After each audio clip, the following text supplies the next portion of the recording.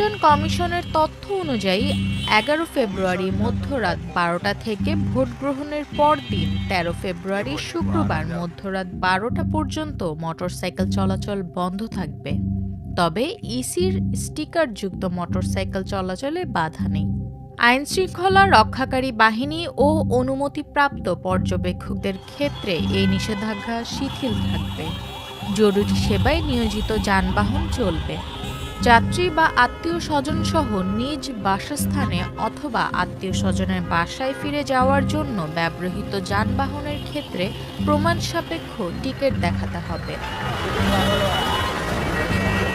জরুরি সেবায় নিয়োজিত যানবাহন যেমন ওষুধ, স্বাস্থ্য চিকিৎসা ও অনুরূপ কাজে ব্যবহৃত দ্রব্যাদি এবং সংবাদপত্র বহনকারী সব ধরনের যানবাহন চলবে।